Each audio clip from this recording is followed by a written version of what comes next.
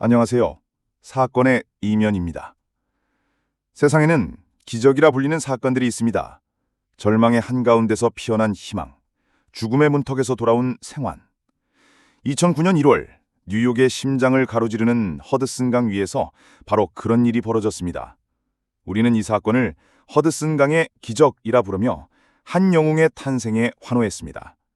하지만 오늘 우리는 그 기적이라는 단어의 무게를 다시 묻고자 합니다. 영웅의 어깨를 짓누르던 고뇌의 시간, 그리고 그를 향했던 날카로운 의심의 시선들을 따라가려 합니다. 이 이야기는 단지 성공 신화가 아닙니다. 하나의 위기 앞에 선 인간의 책임감, 시스템의 역할, 그리고 그 모든 것이 처참하게 무너졌을 때 어떤 비극이 초래되는지에 대한 통렬한 질문이기도 합니다. 이것은 허드슨강에서 시작해 대한민국의 진도 앞바다로 이어지는 두 개의 재난, 두 명의 선장에 대한 이야기입니다. 이야기는 2009년 1월 15일 뉴욕의 라과디아 공항에서 시작됩니다. 이날 뉴욕의 날씨는 꽤 쌀쌀했습니다. 이른 아침에 궂은 날씨 때문에 항공편들이 재연되기도 했지만 US 에어웨이즈 1549 편이 출발할 오후 무렵에는 하늘이 언제 그랬냐는 듯 맑게 개어 있었습니다. 목적지는 노스캐롤라이나주 샬럿. 추운 뉴욕을 떠나 조금 더 따뜻한 남쪽으로 향하는 지극히 평범한 국내선 항공편이었습니다. 150명의 승객들은 각자의 사연을 안고 좌석에 앉았습니다. 출장을 마치고 집으로 돌아가는 직장인, 여행객, 가족들. 그들에게 이것은 수많은 비행 중 하나였을 뿐이었습니다. 조종실에는 57세의 베테랑 기장 제슬리 설리 설렌버그와 49살의 부기장 제프리 스카일스가 앉아 있었습니다. 두 사람에게도 이날 비행은 나흘간 이어진 고된 비행 일정의 마지막 여정이었습니다. 모든 절차는 평소와 똑같이 물 흐르듯 진행되었습니다. 관제탑의 이륙 허가가 떨어지고 에어버스 A320 항공기는 두 개의 엔진에서 강력한 추력을 뿜어내며 활주로를 박차고 올랐습니다. 조종실 안의 두 조종사도 좌석에 앉은 150명의 승객들도 이 비행이 자신들의 삶을 영원히 바꿔놓을 것이라고는 상상조차 하지 못했습니다.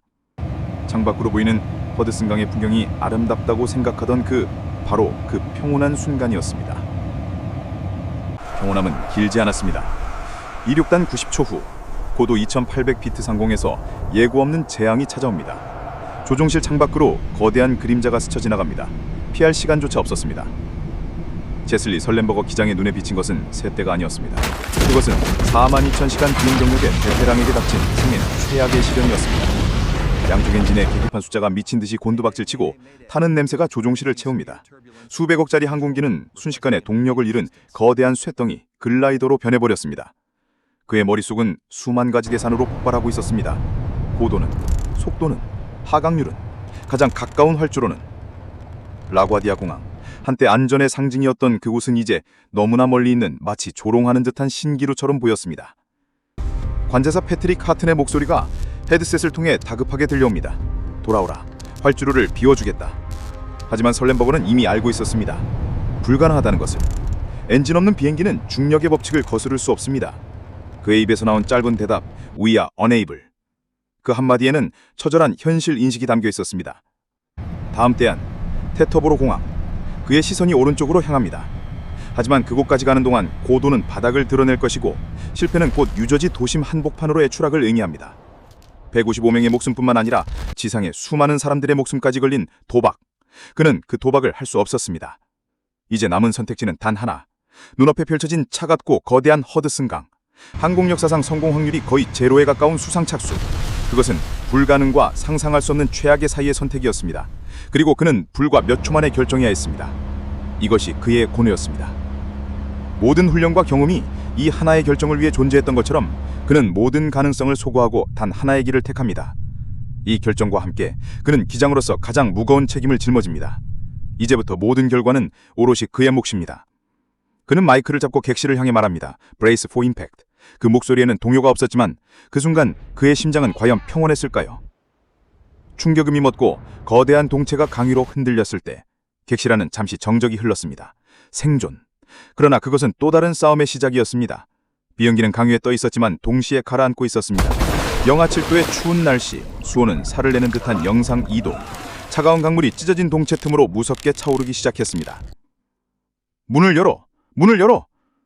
승무원들과 승객들은 비상구문을 열었습니다. 앞쪽과 날개 쪽 비상구로 사람들이 필사적으로 빠져나갔습니다. 그러나 뒤쪽 비상 슬라이드는 구명전 역할을 제대로 하지 못했고 승객들은 공포에 질려 앞으로 이동해야 했습니다. 사람들은 구명전기도 챙기지 못한 채 좁은 비상구를 비집고 나와 미끄러운 비행기 날개 위에 위태롭게 서 있어야 했습니다. 한겨울 칼바람과 강물에 옷이 젖은 사람들은 극심한 저체온증에 시달렸고 몇몇은 균형을 잃고 얼음장 같은 강물에 빠졌다가 주변 사람들의 도움을 받고 겨우 다시 기어올랐습니다. 그곳이 생사와 계사의 경계선이었습니다. 바로 그 시각 기장 설렌버거는 조종실을 나와 객실로 향했습니다. 승무원들과 함께 승객들의 탈출을 지휘한 그는 모두가 빠져나갔다고 생각되는 순간 다시 비행기 안으로 들어갔습니다. 그는 가라앉는 비행기의 객실 통로를 차오르는 강물을 헤치며 끝에서 끝까지 걸었습니다. 혹시라도 남겨진 사람이 없는지, 부상으로 움직이지 못하는 사람이 없는지 확인하기 위해서였습니다. 아무도 없음을 확인한 국에 나서야 그는 다시 한번 맨 마지막까지 객실을 재차 확인했습니다. 그리고 마지막으로 비행기를 떠났습니다. 기적이 단지 착수 그 자체에만 있었던 것은 아닙니다. 진짜 기적은 강위에서 시작되었습니다. 사고를 목격한 허드슨강의 통감 페리오 선장들은 즉각적인 결단을 내렸습니다. 관제탑의 구조 요청을 기다리지 않았습니다. 그들은 즉시 항로를 받고 가라앉는 비행기를 향해 전속력으로 돌진했습니다.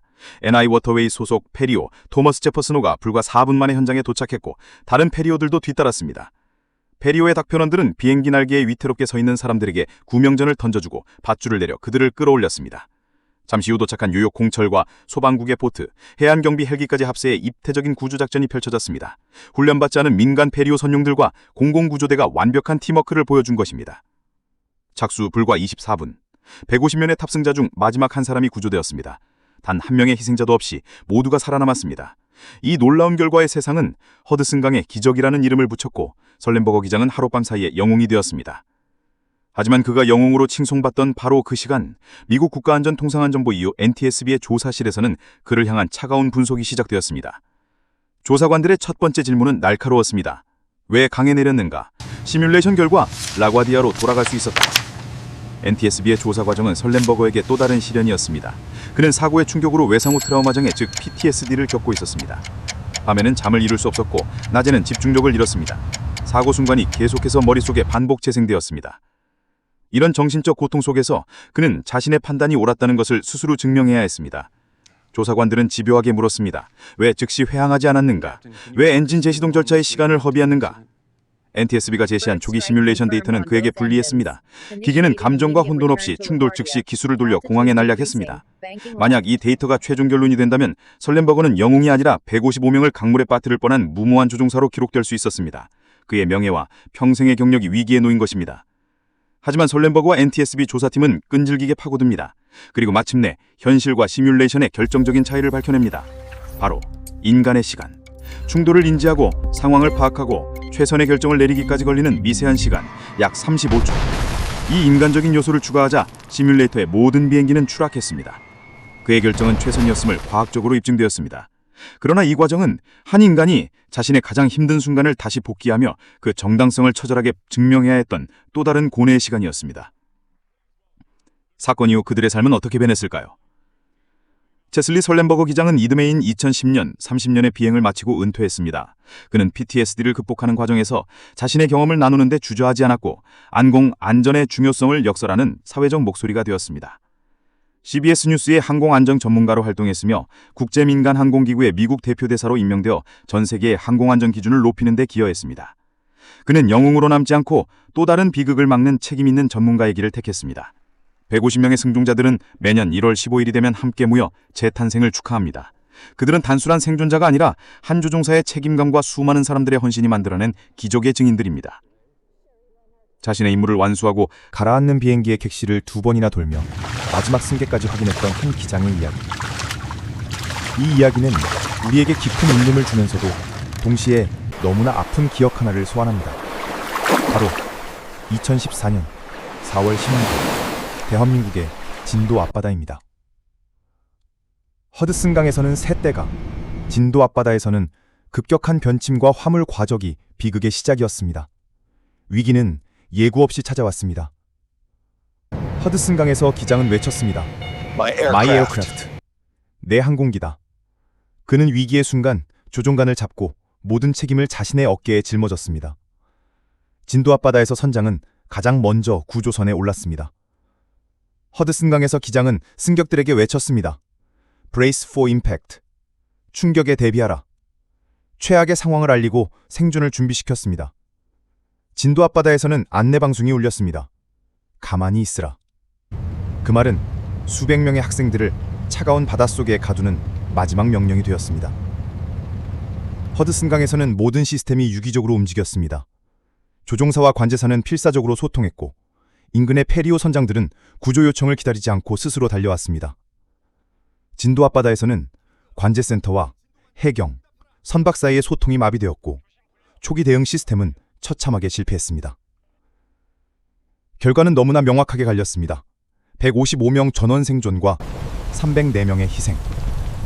우리는 이것을 단순히 기적과 비극, 행운과 불운의 차이라고 말할 수 있을까요? 두 사건은 우리에게 묻고 있습니다. 재난 앞에서 리더의 책임감이란 무엇인가? 선장이라는 이름의 무게는 무엇인가? 매뉴얼이 작동하지 않을 때 인간은 무엇을 해야 하는가? 위기 대응 시스템은 누구를 위해 존재하는가? 허드슨강의 기적은 한 명의 영웅이 만든 신화가 아닙니다. 자신의 자리에서 끝까지 책임을 다할 리더와 그를 믿고 따르며 각자의 역할을 수행한 시스템이 만들어낸 필연적인 결과였습니다. 진도 앞바다의 비극은 그 모든 것이 총체적으로 무너졌을 때 어떤 참사가 벌어지는지를 보여준 우리의 가장 고통스러운 상처입니다. 하늘과 바다, 두 개의 재난, 두 명의 선장, 그 극명한 대비가 남긴 질문에 답을 찾는 것. 그것은 기적을 바라는 대신 비극이 반복되지 않는 사회를 만들어야 할 우리 모두에게 남겨진 무거운 의무일 것입니다. 사건의 이면이었습니다.